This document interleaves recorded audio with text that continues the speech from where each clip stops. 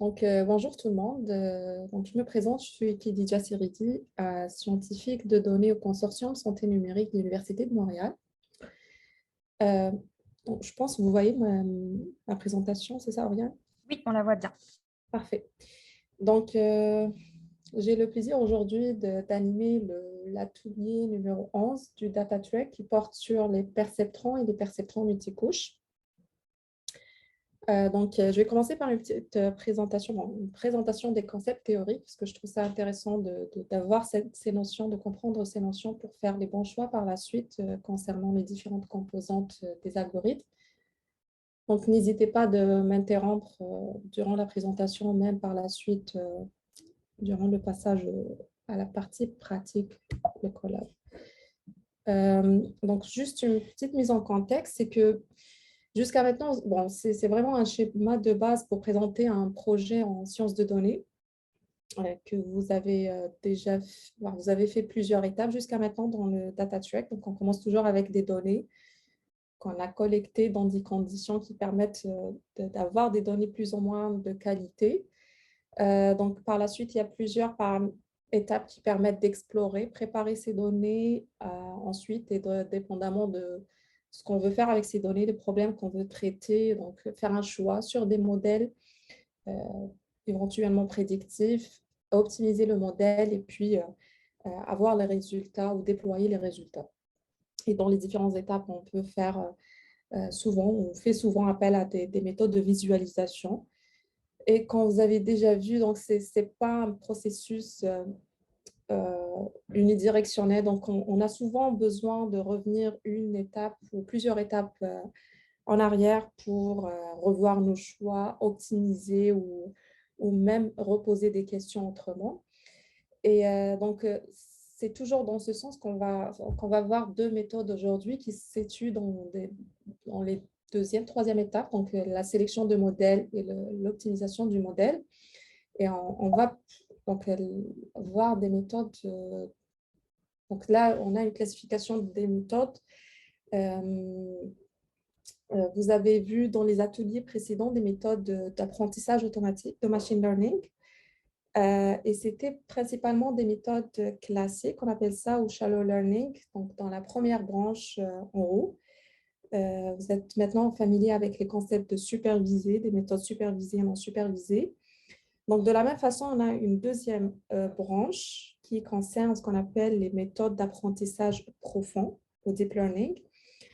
Pareil, dans ces méthodes, on a des méthodes supervisées et non supervisées, donc classification, régression, clustering, ainsi de suite. Et nos méthodes se situent dans les deux catégories, donc le perceptron, qui est une méthode de machine learning classique, et puis le multilayer perceptron ou perceptron multicouche, qui est une méthode d'apprentissage profond. Et en particulier, c'est ce qu'on appelle feed-forward deep learning neural networks. Cet atelier, c'est vraiment comme, on peut le voir comme une introduction aux méthodes de deep learning à travers ces deux méthodes ou ces deux modèles. Donc, pour commencer, en fait, beaucoup d'algorithmes en informatique ou en algorithmique en général, on essaye de s'inspirer de phénomènes qu'on trouve dans la nature, comme les comportements, par exemple, des insectes. Il y a des algorithmes, un algorithme en optimisation, par exemple, qui s'appelle colonie de fourmis ou les algorithmes d'optimisation aussi génétique. Donc, on s'inspire de phénomènes qu'on voit dans la nature pour modéliser des comportements qu'on veut apprendre par la suite. Donc, de la même façon, l'algorithme d'aujourd'hui est inspiré du fonctionnement du cerveau humain et notamment des neurones. Donc, l'unité de base de calcul dans le cerveau, qui est le neurone. Donc, le neurone, c'est une cellule qui a une forme particulière, qui a des récepteurs qu'on appelle les dendrites, qui reçoivent des messages qui proviennent d'autres neurones ou d'autres cellules dans l'organisme. Donc, cette information est traitée. Et puis, il y a un certain signal. Donc, les informations sont sous forme de signal électrique, si on peut dire ça comme ça. Et puis, cette information est traitée et passée par l'axon.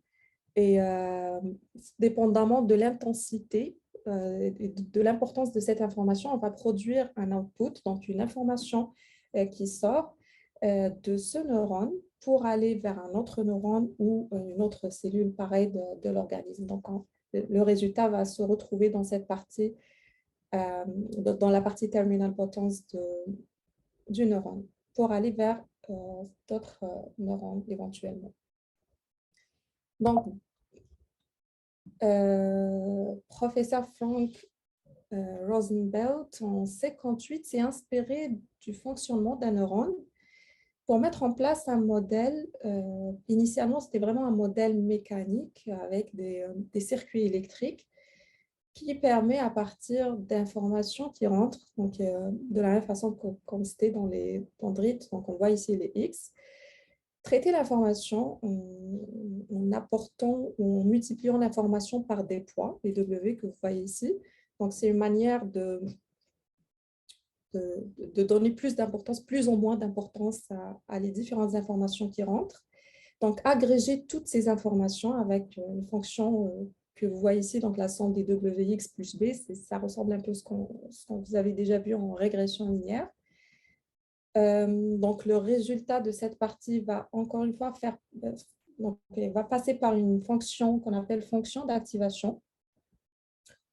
C'est quoi cette fonction? Tout simplement, c'est une fonction qui va voir le résultat de la première partie s'il est positif et va produire un signal, donc un output qui est égal à 1. S'il est négatif, le résultat serait 0. Donc, ce type de fonction, on appelle threshold function ou une fonction à seuil parce qu'il y a un certain seuil qui permet de classer en quelque sorte l'information, classifier l'information. Dans notre cas, c'est le 0. Donc, si l'information est supérieure ou égale à 0, le output serait 1.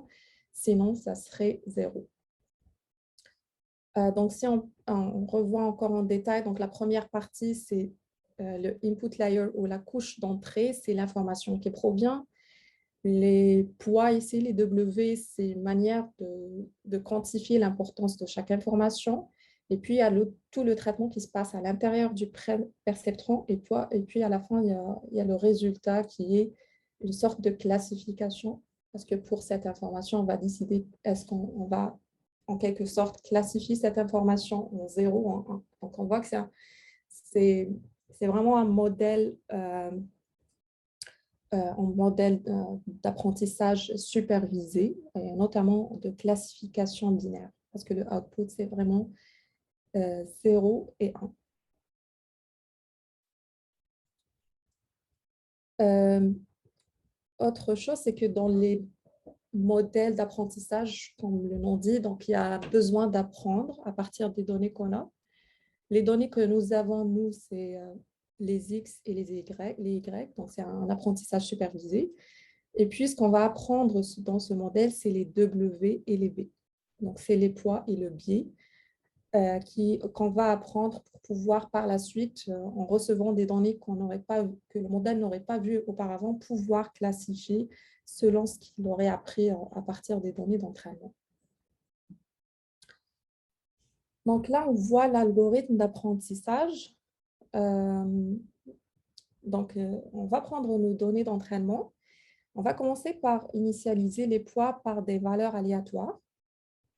Et ensuite, on va prendre les lignes, donc les échantillons, nos informations une par une.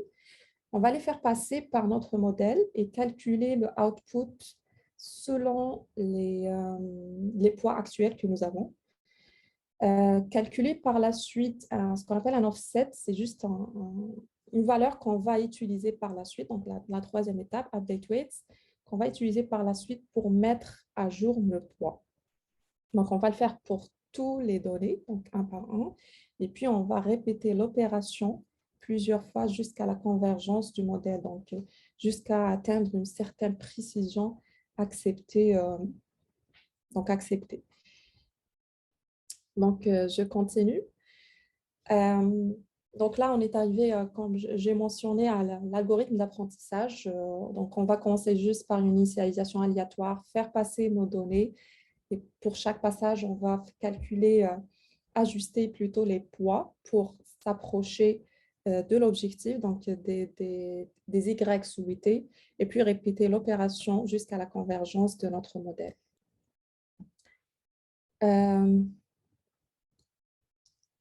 Quelques terminologies ici qui seraient important d'énoncer dès le départ parce qu'on va, on va en avoir besoin notamment pour la partie perceptron multicouche. Donc, on a vu la règle de mise à jour, c'est qu'on va mettre chaque poids à jour à chaque passage d'information. Et puis, le offset qu'on va calculer est basé sur 3 informations importantes. Donc, la première étant, bon, je vais commencer par la droite, la première étant le feature, donc l'information qui concerne cette caractéristique. Et c'est elle qui va déterminer la force du signal, donc l'importance qu'on va donner à cette mise à jour. Ensuite, il y a ce qu'on appelle loss ou error, donc l'erreur entre la valeur souhaitée et puis la valeur obtenue. Vous avez déjà vu pour d'autres modèles qu'on a des fonctions pour calculer l'erreur qui sont plus ou moins compliquées, plus élaborées. Pour ce cas, étant donné que c'est vraiment une classification binaire, c'est un modèle de base, c'est vraiment juste une soustraction.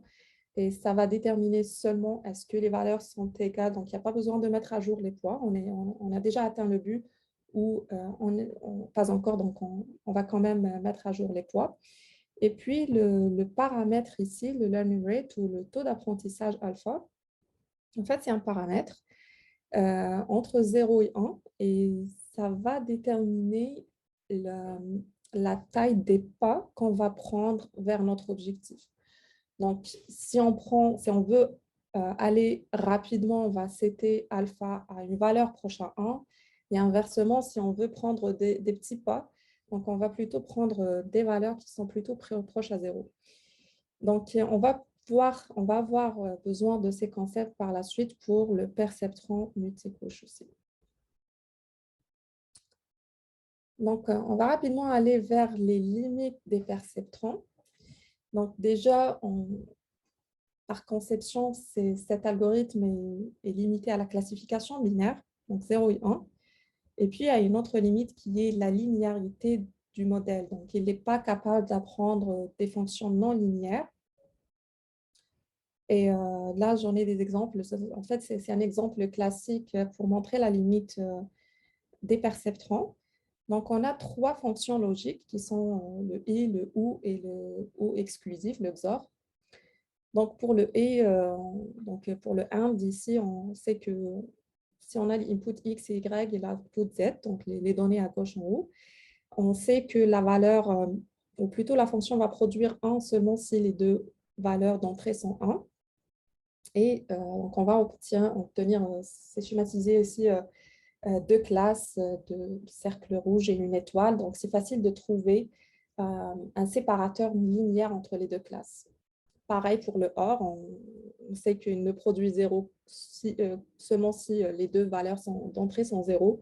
Et pareil, on peut estimer ou apprendre un séparateur linéaire entre les 2 classes.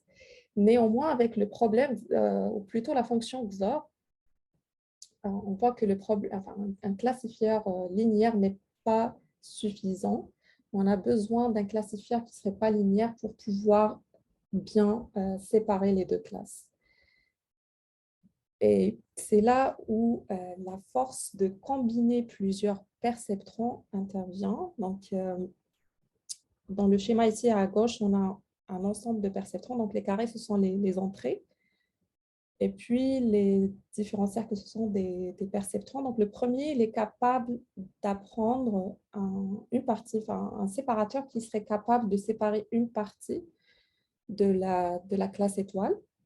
Et puis, le perceptron 2, il est capable d'apprendre, pareil, un séparateur partiel, disons, qui sépare l'autre partie, et puis combiner les informations qui proviennent des deux perceptrons dans un troisième donc un perceptron 3 va faire qu'on serait capable par la suite d'apprendre à modéliser un séparateur non linéaire et atteindre notre objectif.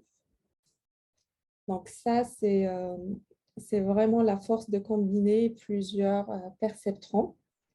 Et c'est ce qui va permettre de trouver une solution à la limite de linéarité des perceptrons. Et puis, pourquoi se limiter à 3? Donc, c'est là où viennent les perceptrons multicouches.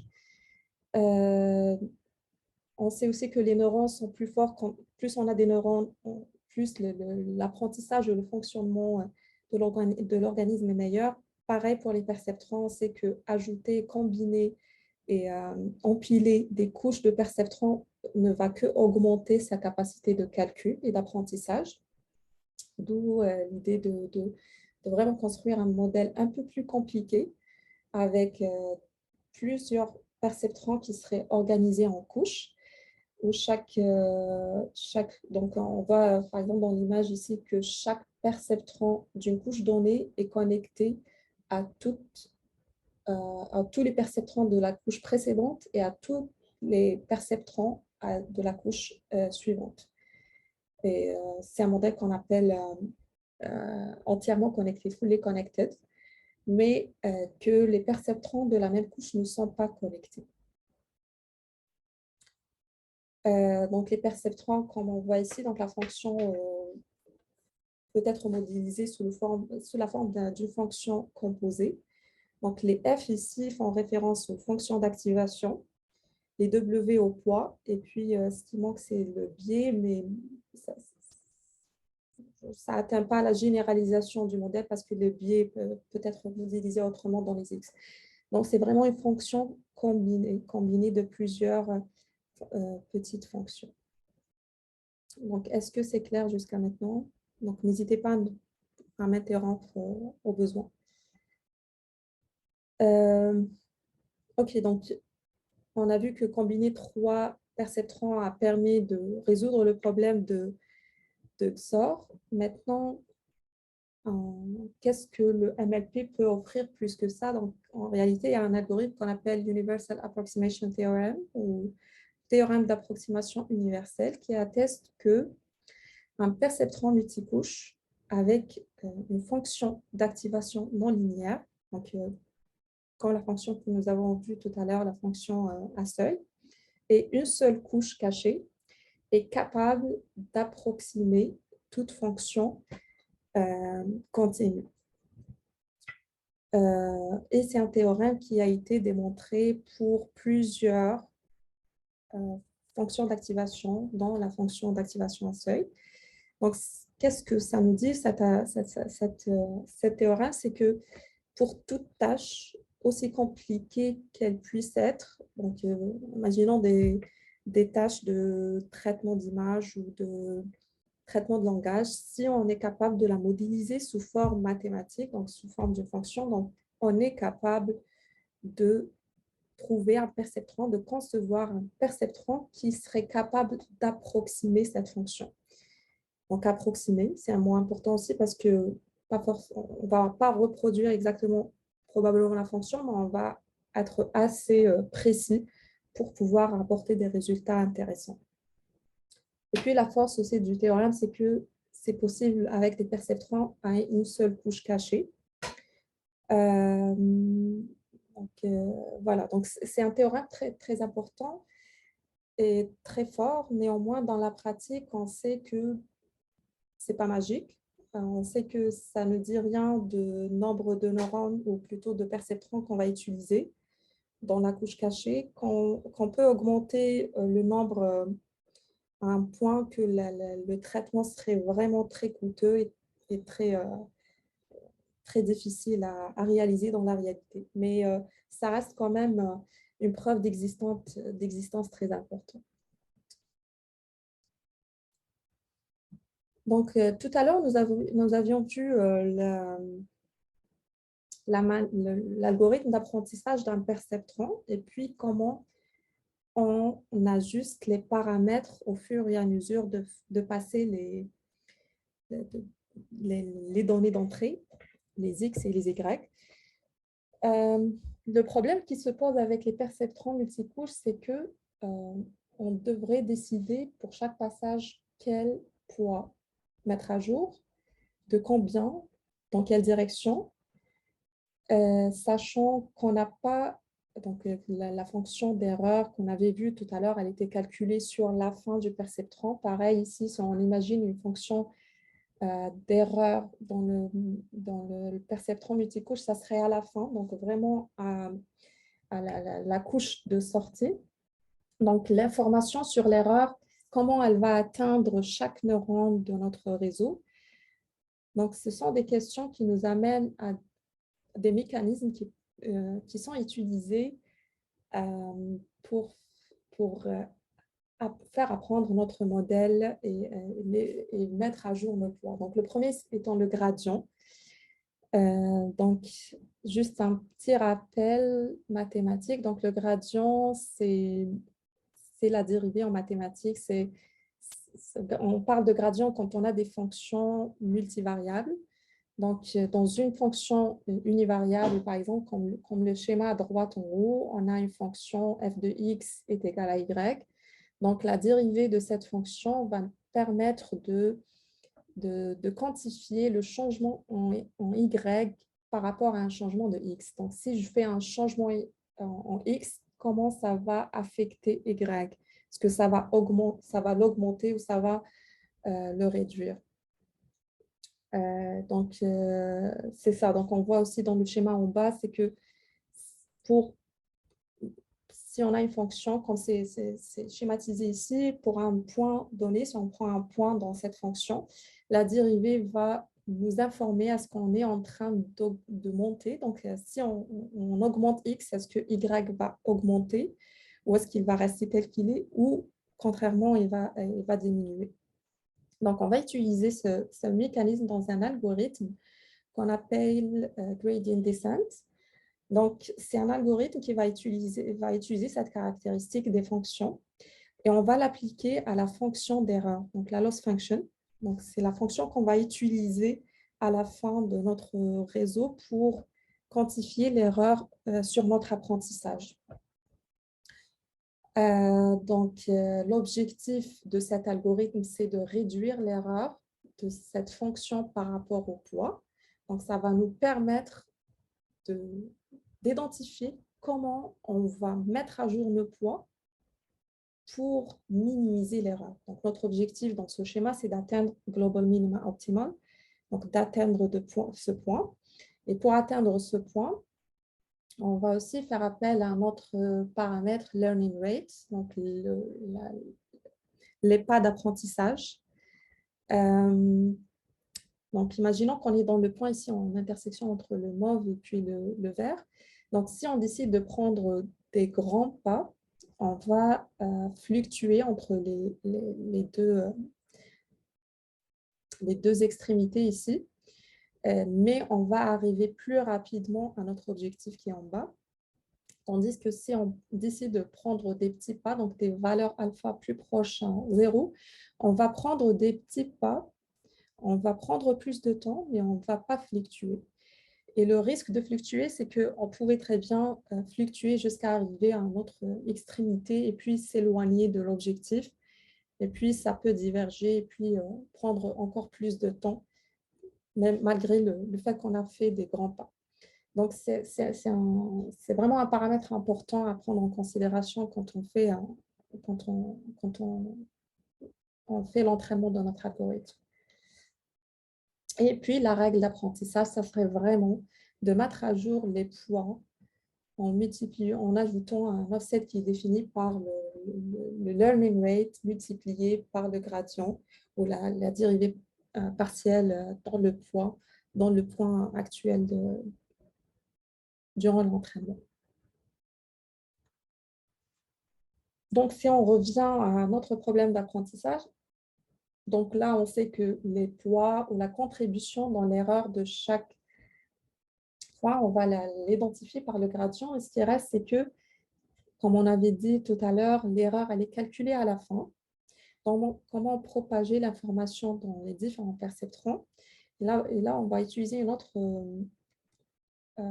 mécanisme qui est chain rule. Donc, comme on voit ici, le Y, comme on avait dit tout à l'heure, c'est une fonction composée, donc f de 3, W3, F2, W2, c'est vraiment le résultat de chaque couche ou de chaque perceptron qui est appliqué, qui est donné comme input à au prochain perceptron.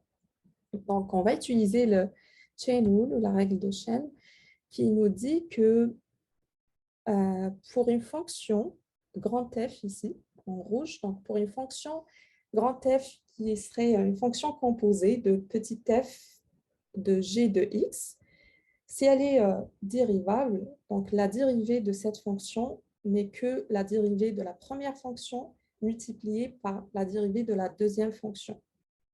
Donc, dans ce cas-là, si on revient à la fonction de tout à l'heure, si on veut faire la dérivée sur la loss qui serait définie sur y, donc pareil, donc là, finalement, notre loss va être en fonction de w. On va pouvoir propager, calculer la dérivée sur tous les perceptrons en revenant jusqu'à la première couche et en utilisant cette règle.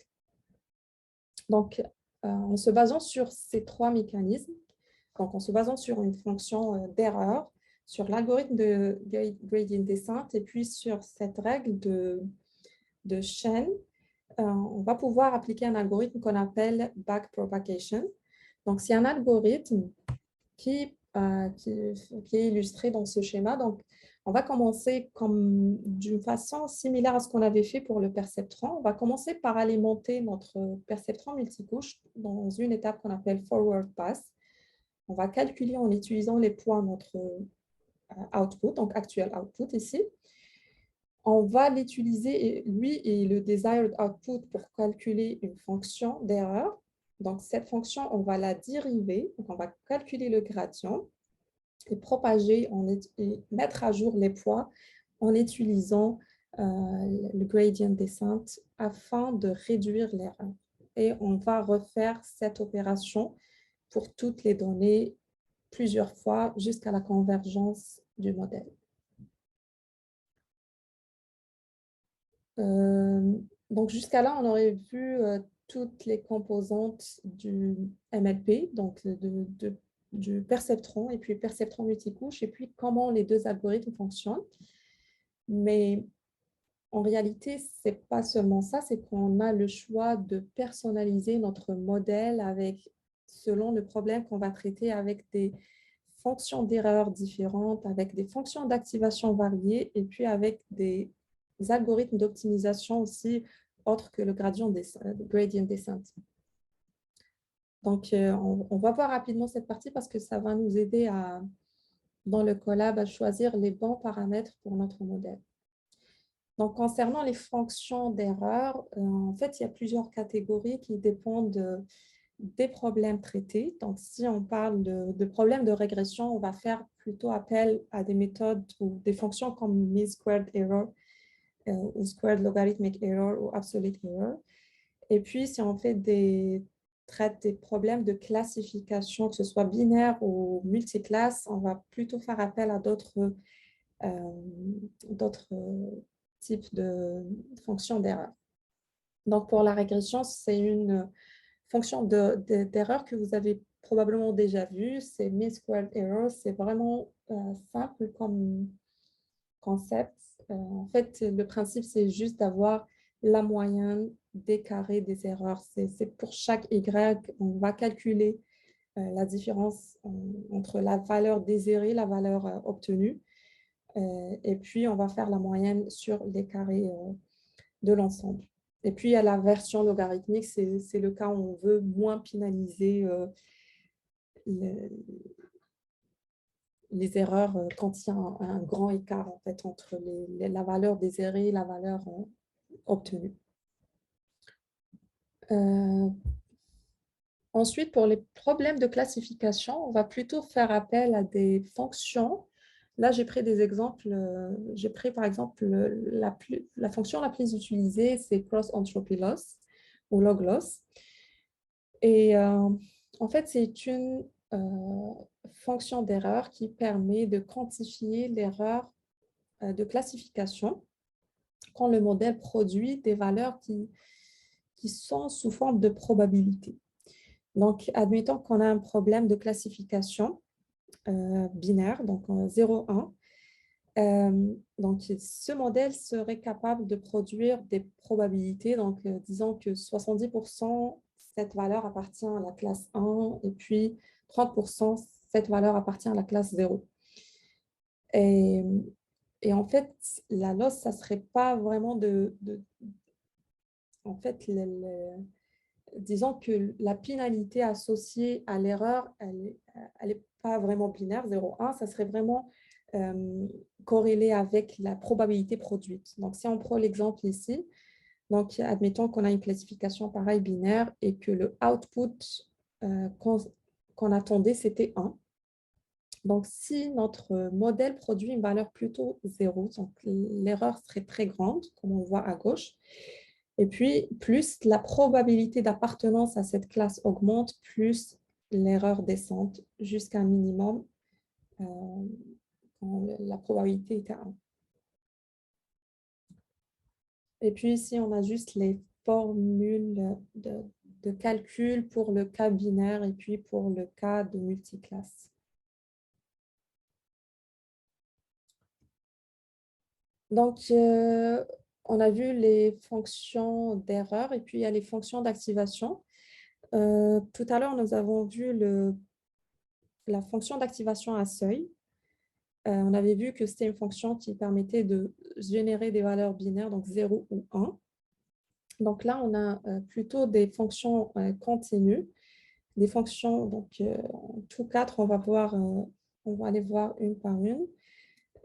Donc la première étant la softmax.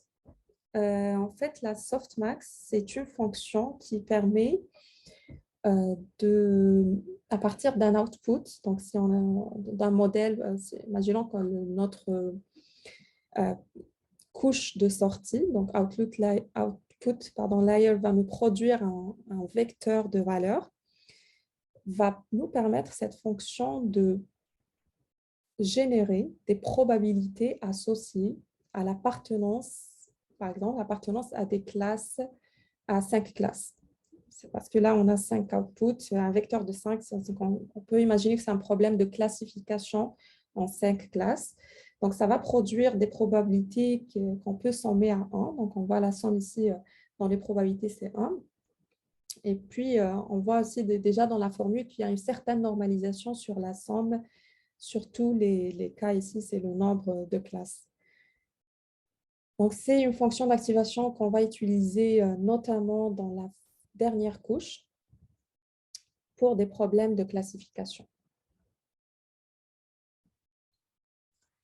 Une autre fonction d'activation, c'est la sigmoid. Donc, pareil, c'est une fonction continue sous forme S. Et puis, ça ramène les valeurs entre 0 et 1. Et le fait que ça soit entre 0 et 1, donc ça permet aussi en quelque sorte de produire une probabilité. Et elle est principalement, pareil, utilisée dans la dernière couche. Ce qu'on remarque ici, c'est une fonction qui peut saturer. Qu'est-ce que ça veut dire? C'est que dans les deux extrémités qu'on voit dans le schéma en bleu, plus on augmente, à un moment donné, même si on augmente la valeur de X, la valeur de Y ne va pas changer, donc il y a une certaine perte d'information. Il y a une autre caractéristique aussi, c'est que si on voit la formule en bas à droite, c'est que YI, donc pour une classe donnée, si on imagine un problème de classification, donc la valeur, elle n'est pas normalisée sur l'ensemble des classes. Donc, si on si on calcule des probabilités d'appartenance à des classes, la somme ne serait pas forcément 1 parce qu'elle n'est pas normalisée sur l'ensemble des probabilités. Donc, la troisième fonction, c'est la tangente hyperbolique. Donc, pareil, c'est en forme de S. Ça ramène les valeurs entre -1 et 1. Et puis, elle peut, bon, elle est toujours préférée à la sigmoid. Ce que j'ai trouvé comme explication, c'était que elle est centrée sur 0 et c'est une caractéristique qui facilite l'apprentissage dans notre modèle. Et puis la dernière, c'est la fonction relue. Donc, c'est une fonction qui ramène les valeurs entre 0 et 1. Donc, tout ce qui est négatif est ramené à 0 et tout ce qui est positif reste tel qu'il est. C'est une fonction simple à calculer, ce qui rend le temps de calcul beaucoup plus rapide. Et puis, elle a une autre caractéristique importante, c'est qu'elle ne sature pas. Donc, si on augmente le x, la valeur de y, ça va toujours augmenter. Il n'y a pas une perte d'information. Mais elle a un autre problème, c'est ce qu'on appelle le die-in relu. Donc, c'est que tout ce qui est négatif va toujours produire des valeurs zéro et ça peut entraîner que le gradient peut toujours être zéro pour certains perceptrons.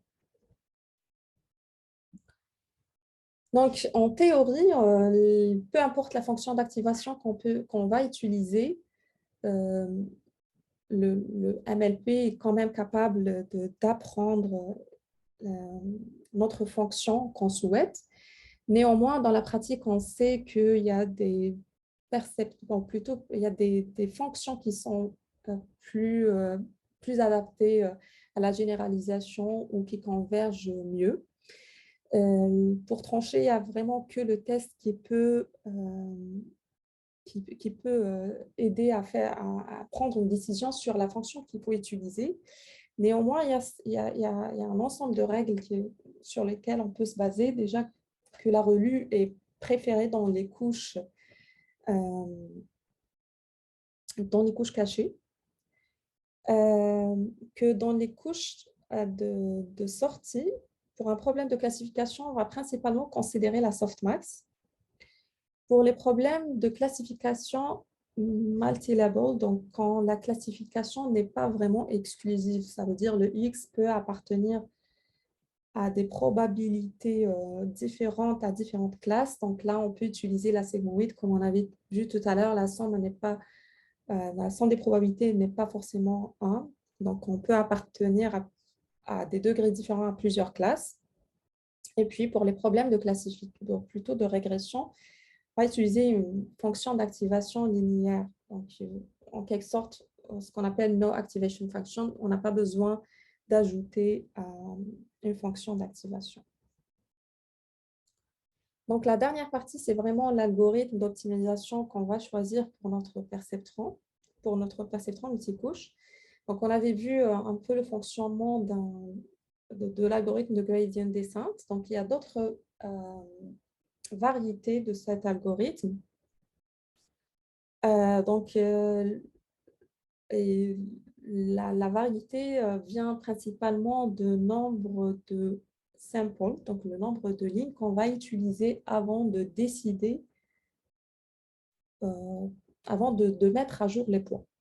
Donc, pour la première variété, on va voir, pour comparer les trois, ça serait vraiment, on utilise deux métriques ici, l'accuracy et puis le temps de calcul.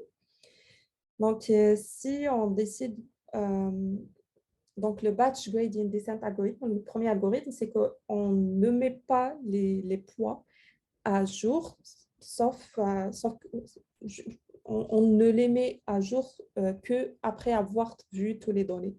Donc, ça donne une grande accuracy, mais le temps de calcul est vraiment grand.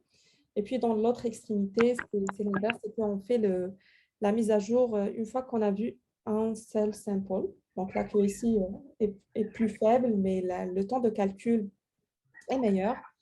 Mais il y a aussi le juste milieu entre les deux, c'est de mettre à jour les poids après avoir vu un certain nombre d'exemples.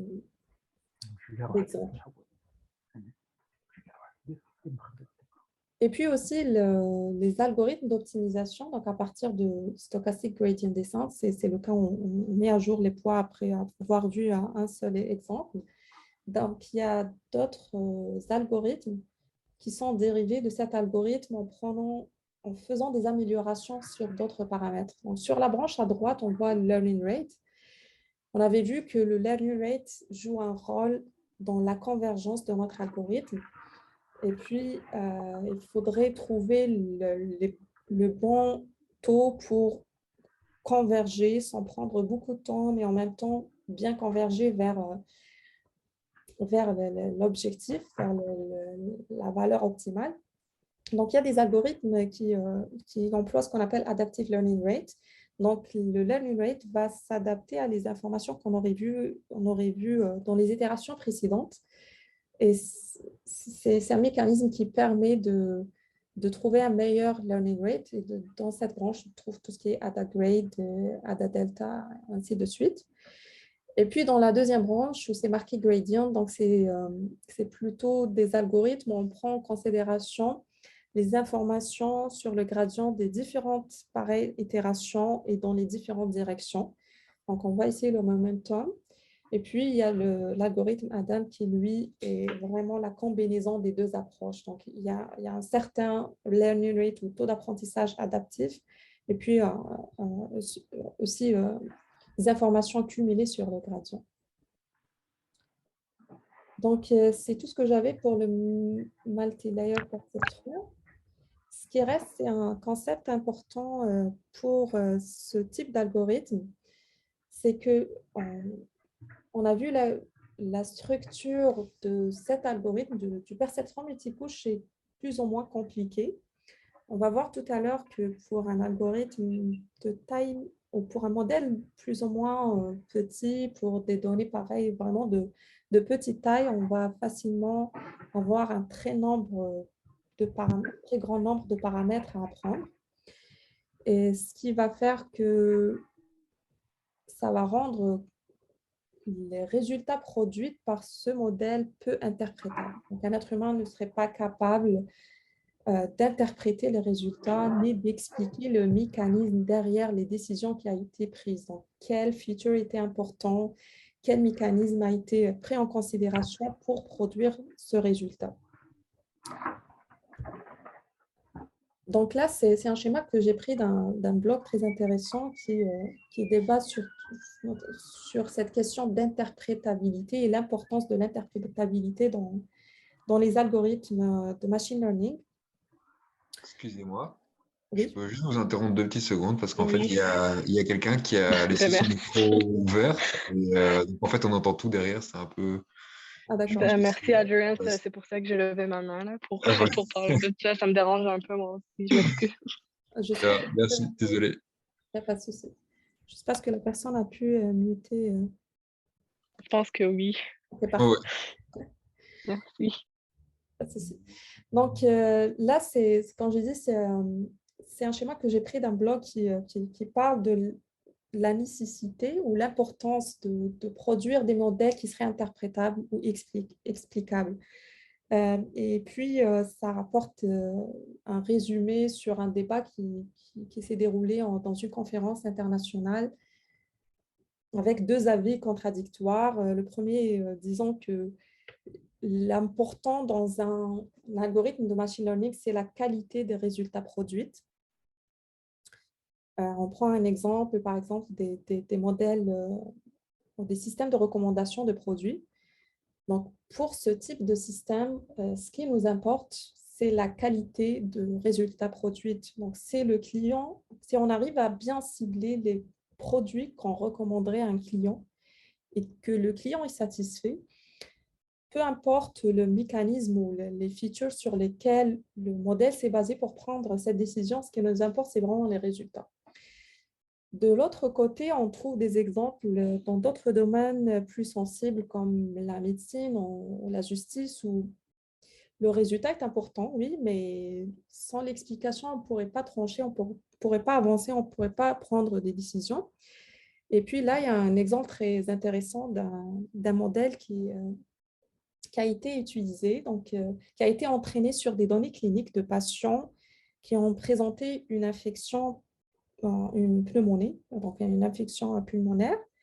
Et le but étant de classer en fait, ces personnes selon le risque associé à la gravité de cette infection.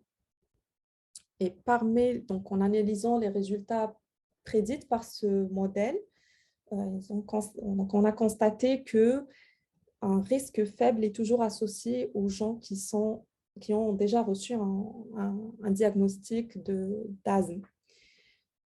en faisant plus d'investigations, il s'est avéré que ces personnes, donc les personnes qui sont déjà diagnostiquées asthmatiques et sont déjà bien suivies en clinique, donc ils vont consulter plus rapidement en cas de doute, ce qui fait que la prise en charge, le temps de prise en charge est vraiment faible, contrairement comparé au reste de la population. Donc, on voit ici que le modèle avait pris un raccourci dangereux. C'est que la prochaine fois qu'un patient va se présenter avec un diagnostic d'asthme et puis que finalement on ne consulte pas rapidement, il va quand même être considéré comme une personne à risque faible.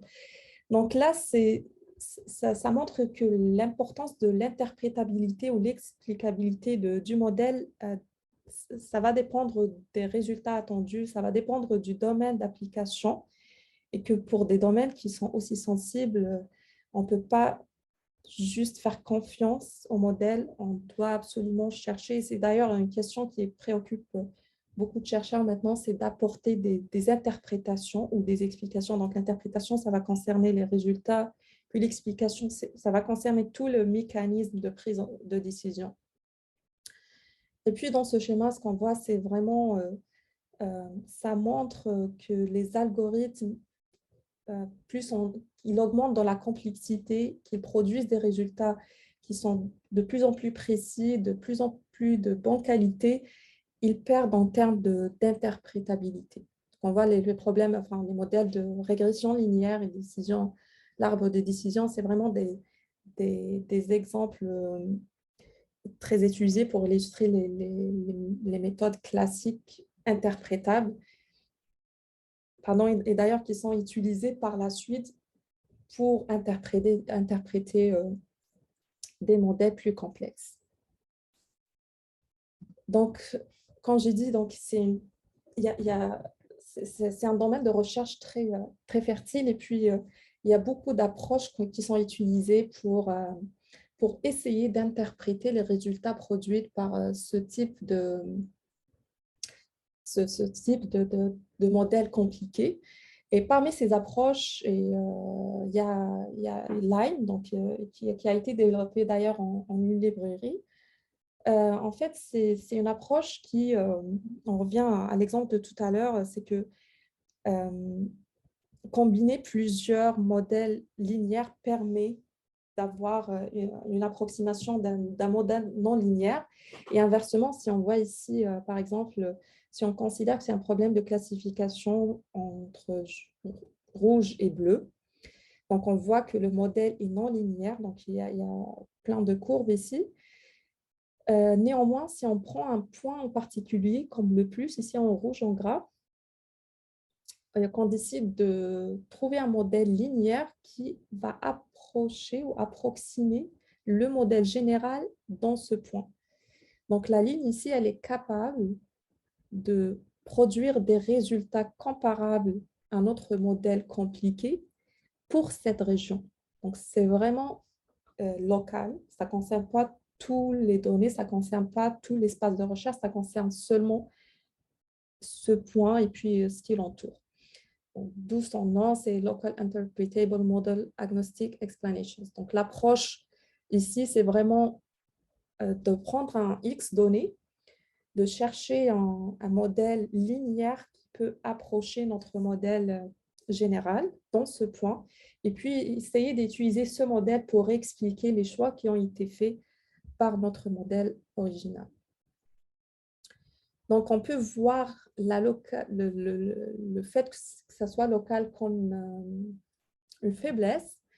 Néanmoins, ça a une application plutôt très importante. Là, j'ai pris ce schéma d'un article très récent qui illustre, enfin, qui d'ailleurs parle de plusieurs approches d'online.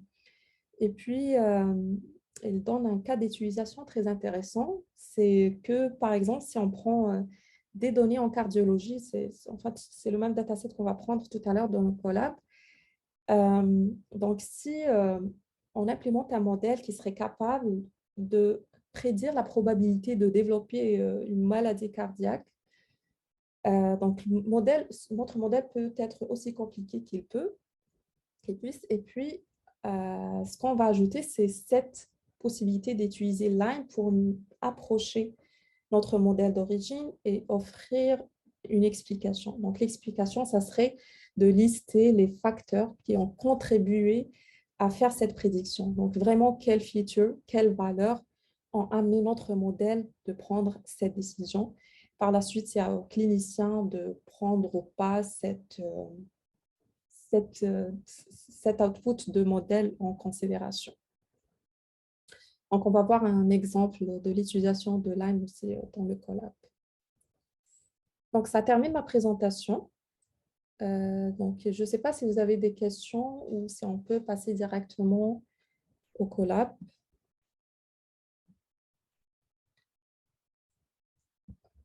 Je vais arrêter le partage.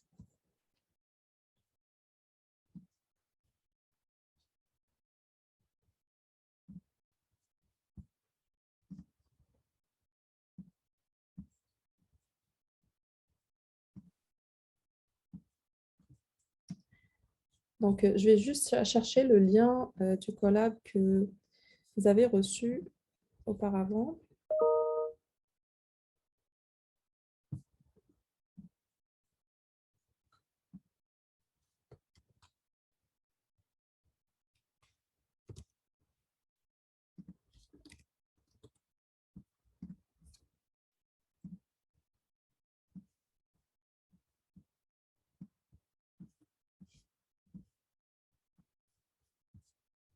Voilà, et je repartage mon écran.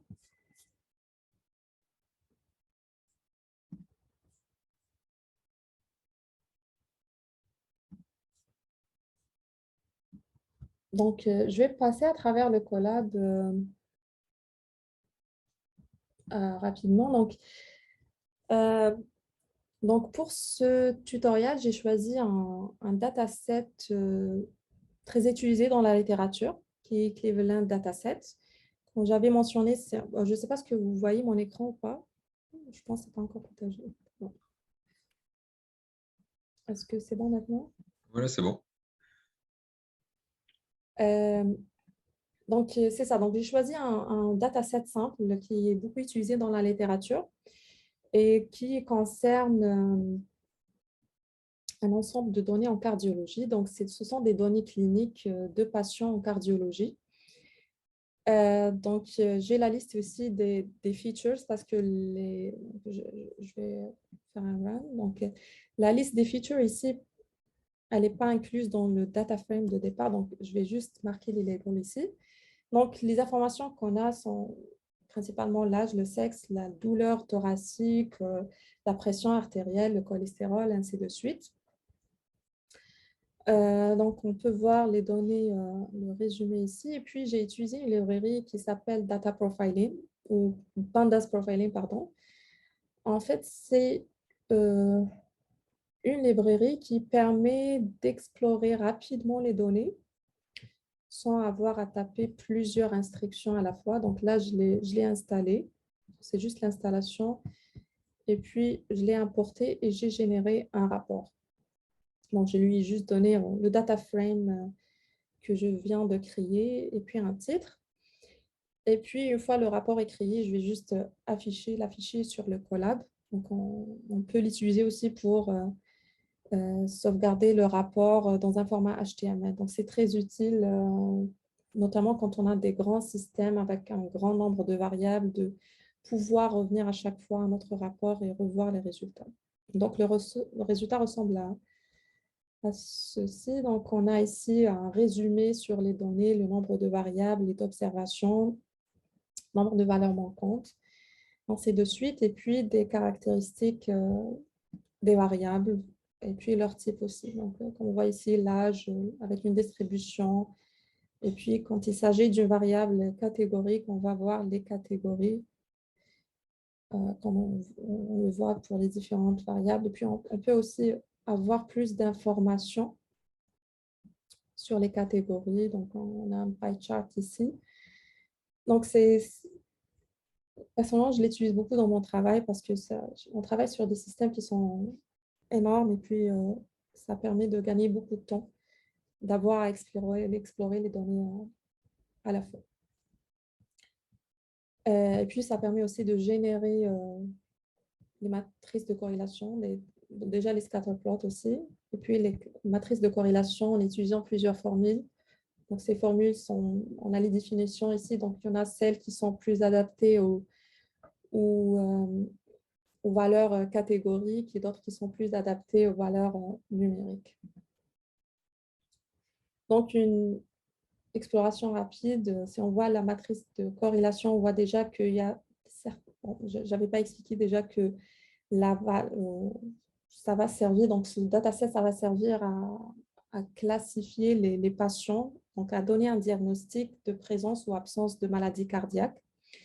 D'où la dernière variable ici en bas, c'est le diagnostic. Et on voit que le diagnostic, il a une certaine corrélation qui n'est pas négligeable avec certaines variables, comme ici le type de douleur thoracique, ce qui est un peu intuitif, et puis d'autres informations que je n'arrive pas à lire ici. Donc ensuite, ce que j'ai fait, c'est vraiment une préparation des données. Donc, j'ai repris des schémas de ce rapport parce que le rapport calcule les valeurs manquantes, mais comme les valeurs manquantes ici ne sont pas marquées comme nulles ou nulles, c'est vraiment un point d'interrogation, donc il ne les considère pas comme des valeurs manquantes.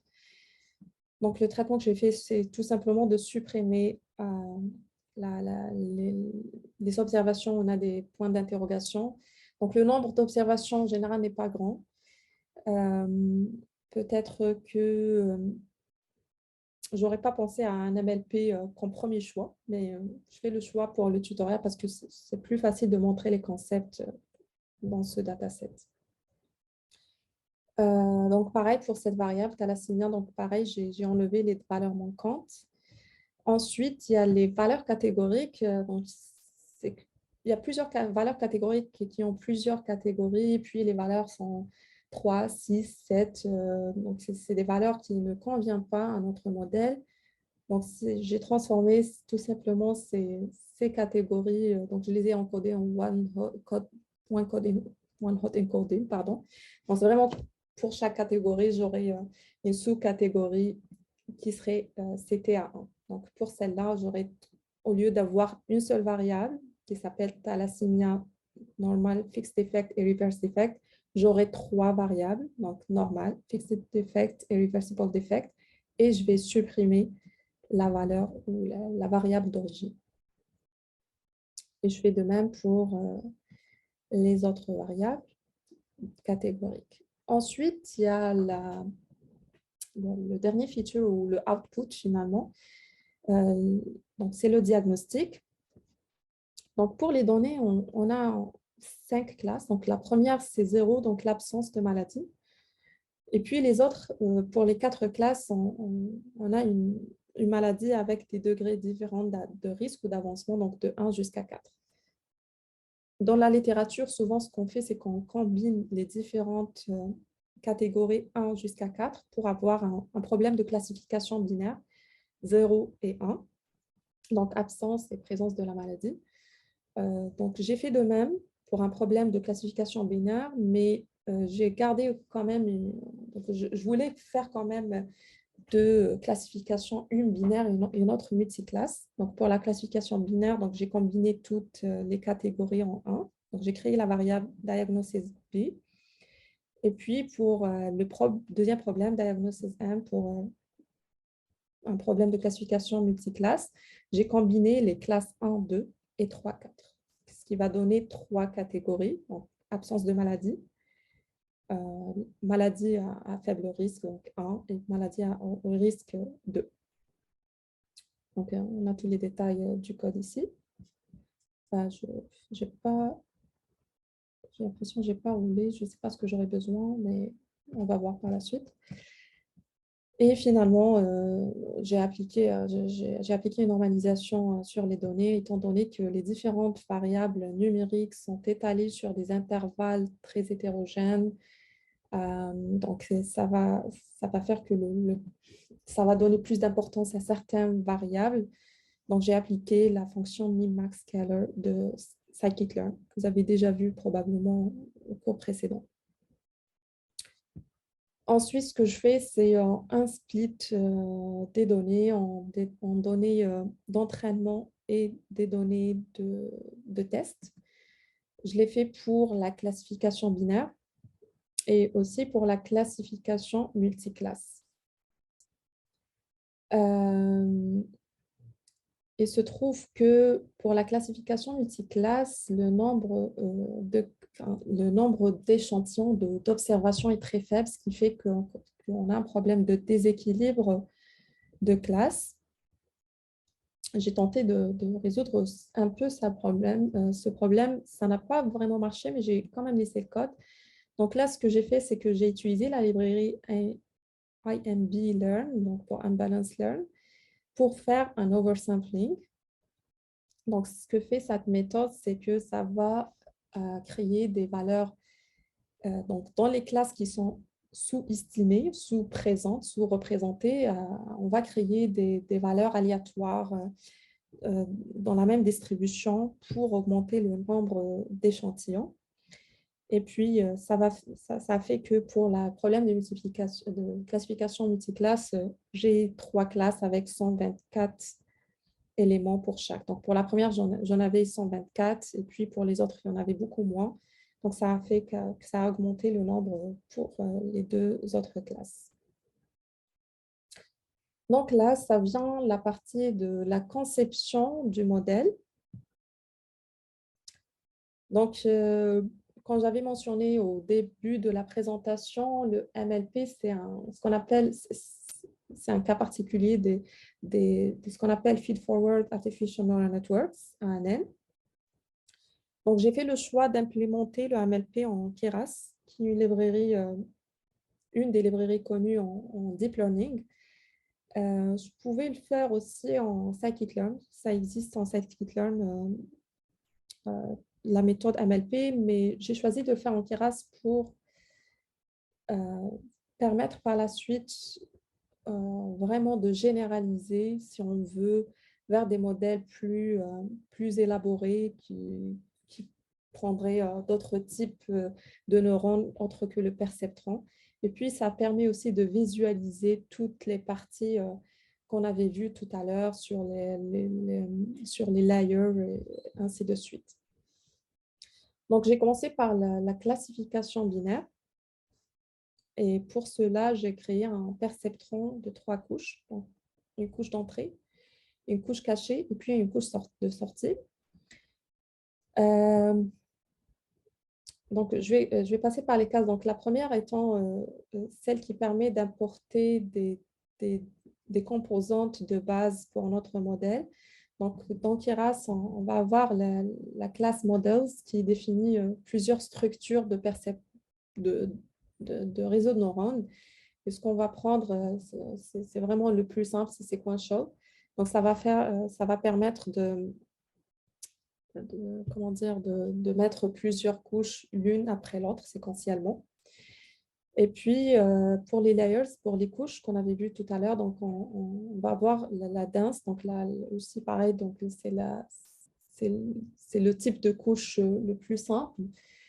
Et puis, dans Keras, activation, donc l'activation, fonctions d'activation sont aussi considérées comme des couches parce qu'elles sont en quelque sorte appliquées à chaque perceptron. Et puis, on va aussi essayer les méthodes d'activation. On a la sigmoïde, la tangente hyperbolique, puis la softmax. Pour les algorithmes d'optimisation, j'en ai pris 2, le stochastic gradient descent et puis Adam. Pour la loss function, comme c'est un problème, oui, Mathieu. Oui, bonjour, j'ai une petite question. Je me demandais simplement pour quelle raison la dimension des données d'entrée est réglée à 22. C'est écrit dans la cellule de texte, ouais. Ouais, je m'excuse, je l'ai passé rapidement parce qu'en fait, quand on a vu les données tout à l'heure, donc le nombre de features est c'était je crois de 14 ou c'est de 13 à peu près. Bon, je vais voir ici, donc 14 y compris le diagnosis, donc le Y. Mais quand j'ai expliqué, il y a des variables ou des features que j'ai supprimées et remplacées par d'autres, par les sous-catégories, ce que j'avais expliqué ici. Donc, par exemple, thalassémia, donc cette feature est remplacée, donc elle est droppée ici, est remplacée par 3 features. Et ce qui fait que le nombre total de features que j'ai eu, donc, parce qu'il y en a en tout 4 variables catégoriques, est remonté à 22. Et puis, comme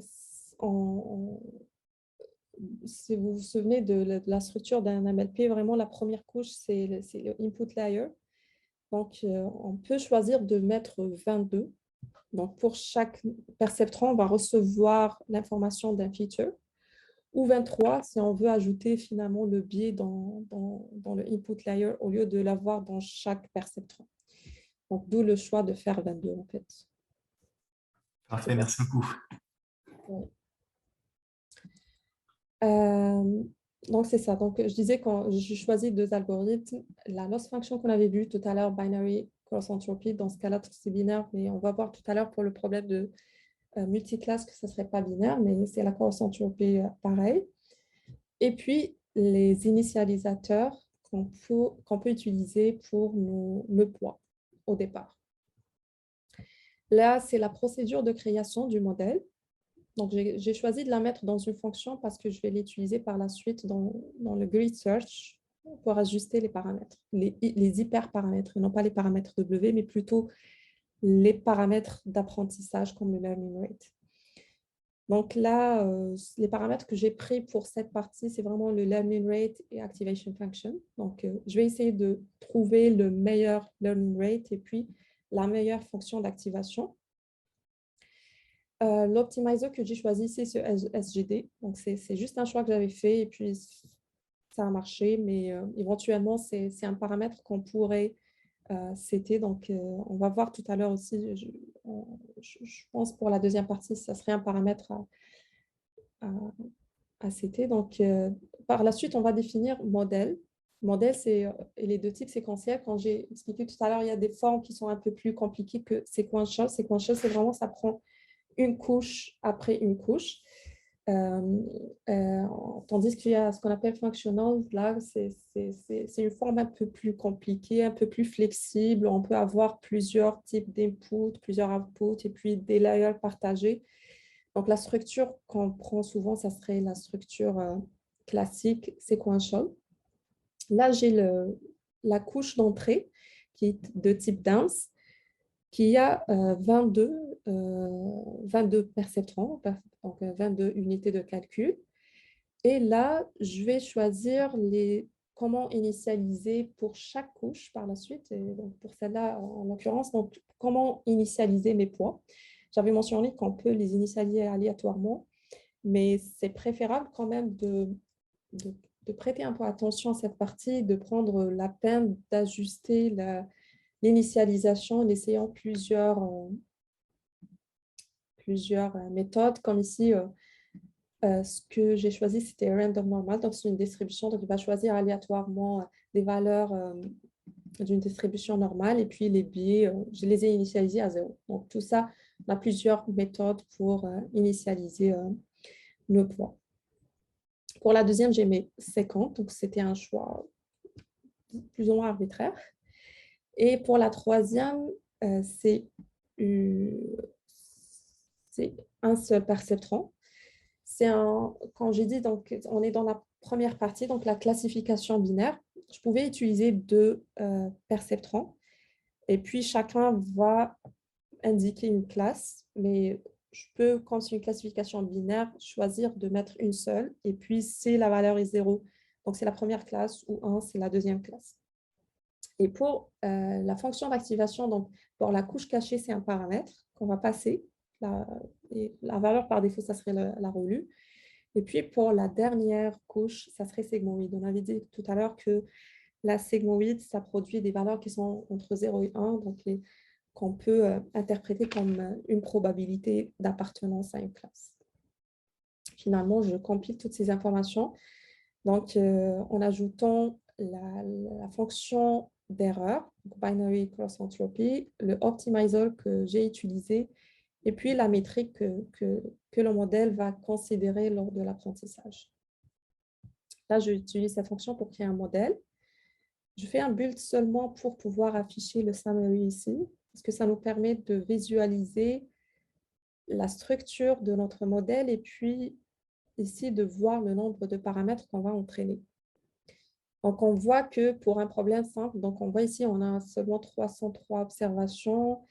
C'est un problème plutôt facile, mais quand même, le nombre de paramètres est relativement grand, ce qui rend l'interprétation des résultats vraiment difficile. Donc là, je fais l'ajustement des hyperparamètres. Donc, les hyperparamètres sont, pour ce cas, c'est juste le learning rate et l'activation function. Je crée un modèle. Donc là, vous avez probablement déjà vu la méthode Grid Search pour chercher les paramètres pour un modèle, les meilleurs paramètres pour un modèle. Donc, je crée un modèle à partir de Keras Classifier. Donc, je lui donne la fonction qui crée le modèle. Et puis, je définis ici les paramètres que je choisis à utiliser pour l'entraînement, pour le choix. Donc, voilà. Donc, je fais une cross validation de 3. Voilà, donc rien de particulier ici. Je ne sais pas ce que j'ai les résultats. J'espère que, parce que je n'ai pas déroulé le collab. Donc là, ce qui sort, c'est que le meilleur paramètre, ça serait quand même les valeurs que je n'ai pas pris comme par hasard. C'est la fonction d'activation relue et le taux d'apprentissage de 0,01 que je vais appliquer par la suite. Et on va voir ici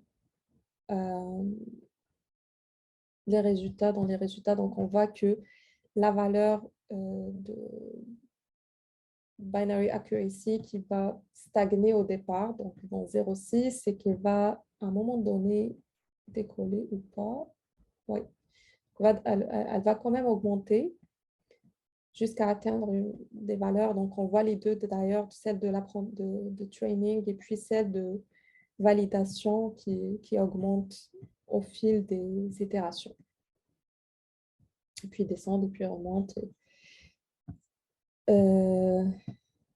Et puis, ce que je fais ici, c'est que je plotte le learning curve, donc la courbe d'apprentissage de mon modèle. Donc, je vois ici qu'il y avait effectivement une certaine stagnation. Et puis, ça, c'est l'erreur, parce que ça affiche l'erreur au fil des époques. Donc, l'époque, c'est vraiment un certain nombre d'itérations qui permet au modèle de voir toutes les données. Donc là, à un moment donné, on va voir que le loss, donc la fonction d'erreur va diminuer. Donc, les paramètres sont bien ajustés jusqu'à se stabiliser à un moment donné. Et puis, on a ici plutôt l'accuracy qui augmente avec des caractéristiques un peu particulières. Et puis, comme on voit ici, c'est qu'à un moment donné, il y a d'autres paramètres qu'on peut éventuellement aussi ajuster en utilisant le grid search, mais qu'on peut aussi décider d'ajuster autrement. Et là, je mentionne le early stopping. Donc, c'est une manière de dire à mon algorithme, donc déjà, je vais utiliser ce qu'on appelle les callbacks.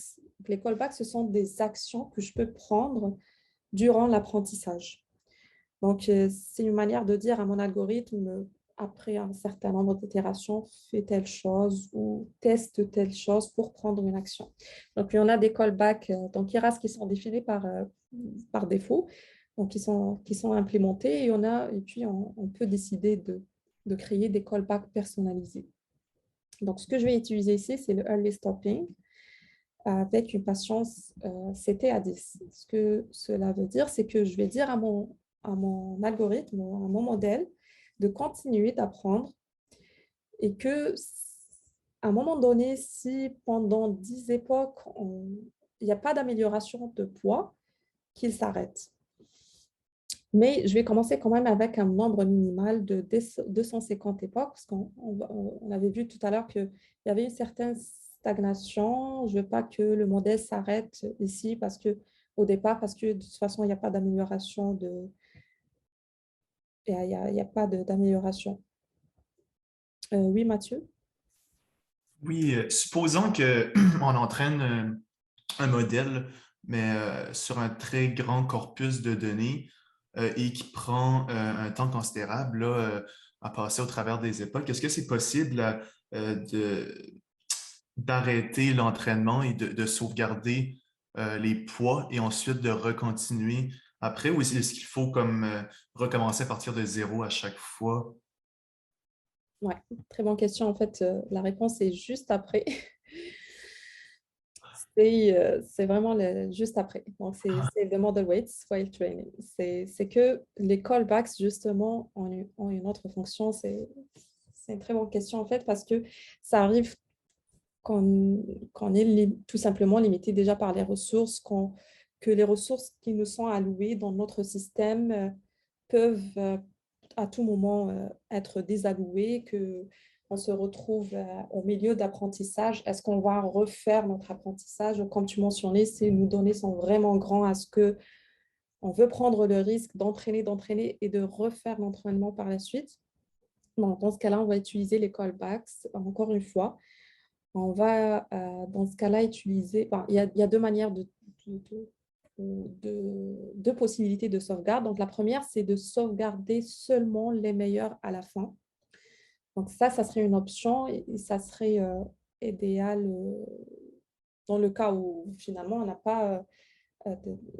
donc, on est confiant qu'on va quand même terminer notre apprentissage, mais cette information est importante aussi dans un autre cas où on va faire un transfer learning. Donc, on va utiliser ces poids pour initialiser un autre modèle ou de sauvegarder, bon, je ne sais pas ce qu'on va réussir à le voir, sauvegarder nos poids à chaque nombre d'itérations ou d'époques. Comme c'est le cas ici, je choisis de sauvegarder mes poids pour chaque 5 époques. Et si on regarde le output ici, c'est à l'époque 5.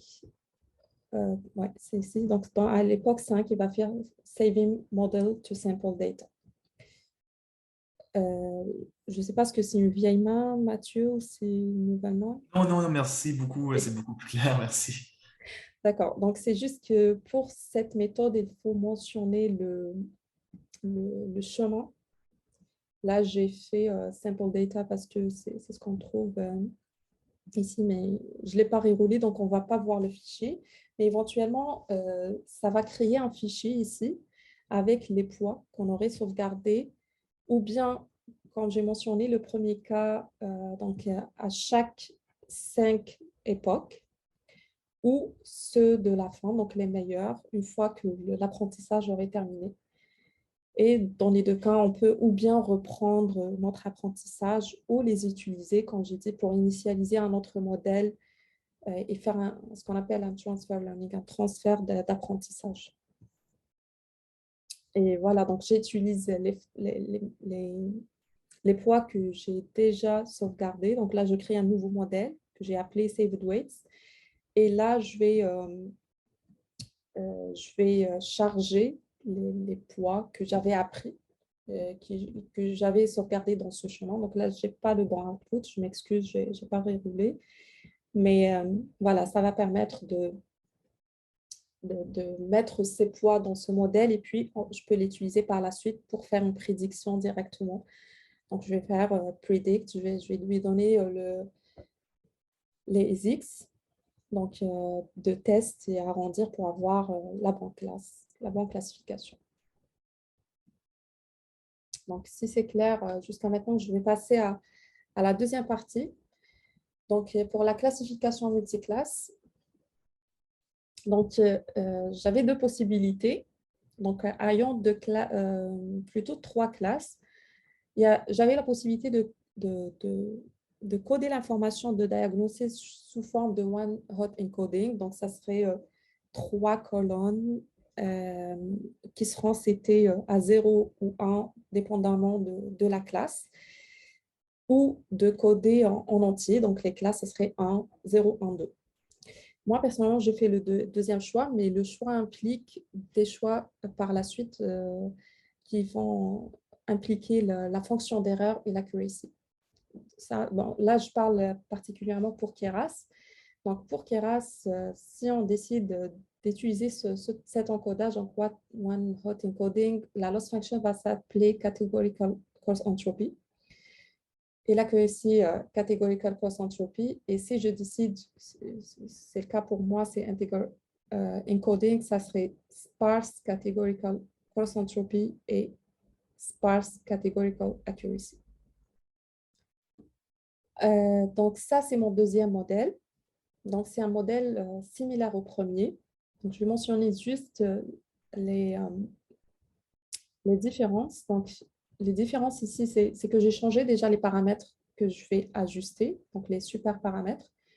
Cette fois-ci, ça serait l'initialisation et l'algorithme d'apprentissage. Et puis, il y aura 2 paramètres par la suite. Et puis, j'ai ajouté un autre type de layer. Donc, j'avais la dense tout à l'heure. Donc, la dense, ça veut dire juste des perceptrons qui sont mis dans la layer, donc un à côté de l'autre. Et puis, il y a le dropout. Donc, le dropout, c'est une manière de régulariser l'apprentissage. Je pense que vous avez vu d'autres méthodes.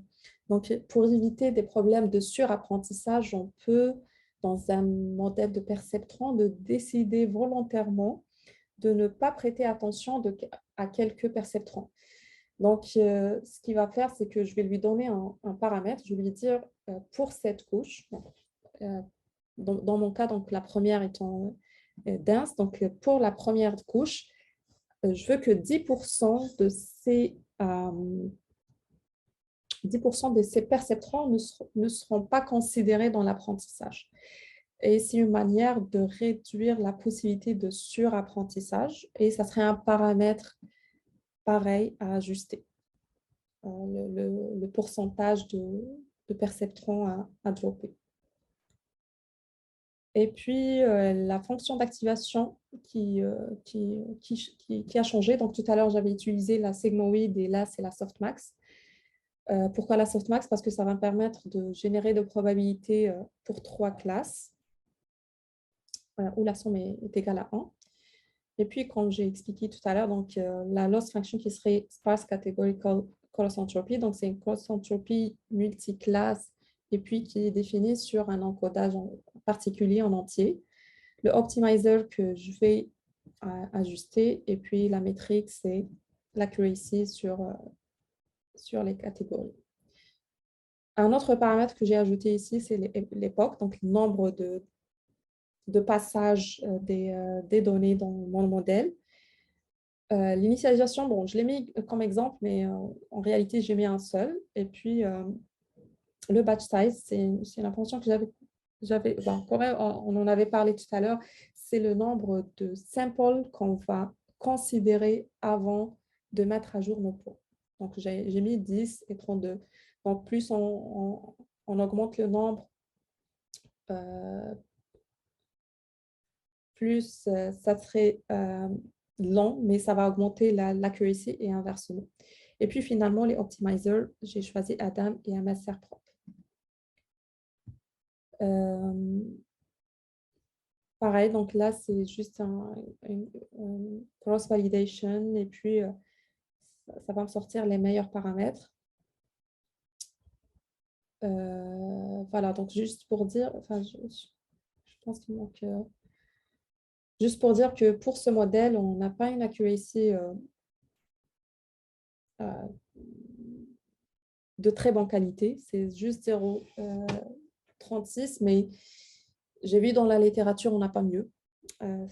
C'est une limite vraiment liée à la qualité de données. On n'a pas assez d'informations, c'est probablement manque de features. On n'a pas assez d'informations pour classer les données selon le risque. On a assez d'informations pour décider si le patient est malade ou pas, mais pas assez d'informations pour spécifier dans quel degré ou quel risque présente ce patient. Mais je trouvais ça quand même intéressant de passer à travers un problème de classification multiclasse. Un autre point aussi peut-être important pour la classification multiclasse, quand on a, c'est notamment quand on a des classes déséquilibrées. J'ai eu un problème dans les premiers tests parce que j'ai pas par exemple utilisé le oversampling, ce qui fait que pendant la cross-validation, il se peut que le modèle ne voit pas quelques exemples quand il fait le split entre test et plutôt training et validation. Si il ne choisit pas des membres de chaque classe, donc si pendant le training, il va pas cette classe, par la suite, il va générer une erreur parce qu'il va pour la première fois voir cette classe, donc il va tout simplement générer une erreur, il ne va pas continuer l'optimisation. Donc, c'est important d'utiliser dans ce cas-là Certified K-Fault pour être sûr que pendant l'apprentissage, on va quand même avoir des exemples de cette classe, de toutes les classes. Donc voilà, donc maintenant c'est la dernière partie. Et là, j'ai utilisé la librairie qu'on avait vue dans la présentation, donc la librairie Lime. Donc Lime, ça permet d'interpréter des modèles compliqués, mais des modèles qui prennent des données tabulaires, des images ou de textes. Donc c'est vraiment une librairie très puissante que vous pouvez voir. Et puis ils ont un tutoriel très bon aussi avec des exemples aussi de qualité. Donc ce que je fais ici, c'est que je vais créer ce qu'on appelle un explainer de type tabulaire ici parce que mes données sont tabulaires, auquel je vais fournir mon training dataset. Juste à mentionner que Lime a été conçu pour, me semble, pour scikit-learn au départ. Donc, elle n'est pas vraiment adaptée à Keras, mais il y a moyen de contourner ce problème. Donc, par exemple, là, entre autres, bon, ce n'est pas lié à la librairie Keras ou scikit-learn, mais ça ne prend pas des data frames, par exemple. Il faut transformer les données en array NumPy, juste mentionner les colonnes et puis les classes qu'on va utiliser, et puis le mode est-ce que c'est une régression, une classification.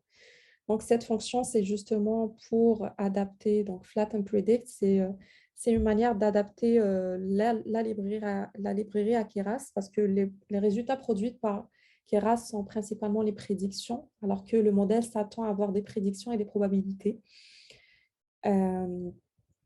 Ou inversement. Donc, honnêtement, c'est un workaround que j'avais pris de la librairie. Donc, je vais utiliser finalement cet explainer auquel, donc c'est ici, auquel je vais donner les données et puis ma fonction flatten predict. Donc, flatten predict, qu'est-ce qu'elle fait? C'est qu'elle prend mon prédicteur, donc first model qu'on avait pris tout à l'heure, qu'on avait entraîné tout à l'heure, et elle va adapter le output à ce que Lime attend. Donc, elle va rendre le résultat qu'on a ici, c'est la prédiction et la probabilité. Et je vais tourner, je vais demander, donc je vais expliquer quand j'avais expliqué tout à l'heure, l'explication se fait en local. Donc, je devrais choisir un X-test. C'est ce que je fais ici. Donc, je lui donne le X-test numéro 5, donc le 5e élément de mon dataset de test. Je lui passe donc ma fonction qui produit les résultats et puis je lui donne le nombre de features et je plotte les informations. Donc, pour ce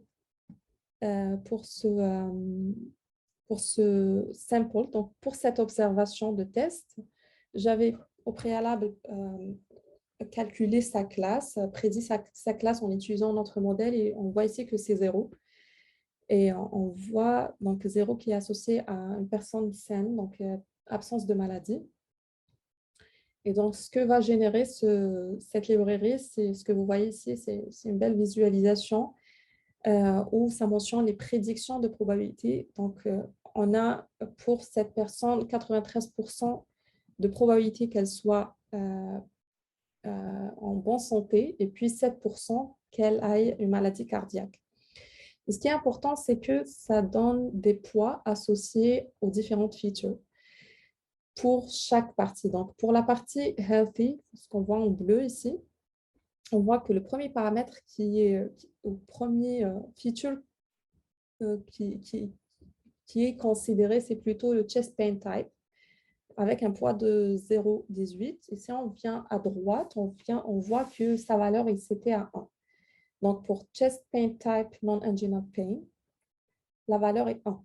Donc, cette personne ne présente pas de douleur thoracique angineux, ce qui est très cohérent. Que cette personne elle est de sexe féminin, c'est la valeur 0 ici, qu'elle n'a pas un induced angina suite à un effort physique, qu'elle n'a pas un reversible defect, c'est un facteur qui augmente les risques de maladie cardiaque, et ainsi de suite. De l'autre côté, donc la possibilité, il y a quand même des facteurs qui font que le modèle pense quand même qu'il y a une probabilité, même si elle est minime, de 7% que cette personne soit malade. Et puis, en orange, on voit quels sont les facteurs. Et puis, on voit le resting électrocardiographique qui est normal, c'était à 0. Donc, finalement, l'électrocardiogramme au repos, il n'est pas normal. Donc, c'est des informations qui vont assister le clinicien. Donc, on ne va pas juste lui dire que cette personne a 93% qu'elle soit saine, mais on va lui dire quand même qu'il y a des facteurs de risque qui sont probablement faibles, mais qui sont quand même là. Et j'ai pris un autre exemple d'une personne qui est classifiée malade. Donc, c'est le symptôme numéro 8. On voit que ça a été... donc, on a une probabilité de 11% qu'elle soit saine et puis de 89% qu'elle soit malade. Et on voit ici les caractéristiques qui ont assisté le modèle ou qui ont fait que le modèle a pris cette décision. Et on voit qu'il y a beaucoup plus d'orange que de bleu, mais le premier étant Major Vessels Colored by Fluoroscopy, donc je ne connais pas exactement ce feature, mais qui c'était à 0 et qui laisse le modèle penser que la personne est saine, mais étant donné que le non-anginal pain c'était à 0, donc il y a probablement une douleur angineuse au niveau thoracique, donc ça augmente le risque de maladie. Pareil que le patient est de sexe masculin, qu'il y a une douleur qui suite à un exercice, qu'il y a un reversible defect, ça c'est un facteur aussi de risque pour les maladies cardiaques. Donc, ce sont tous des informations qui peuvent assister le clinicien dans sa prise de décision. Donc, on ne va pas juste lui balancer les pourcentages et lui dire que cette personne est malade ou saine, mais voici les informations sur lesquelles le modèle s'est basé pour prendre cette décision. Donc, ça termine ma présentation et le collab aussi.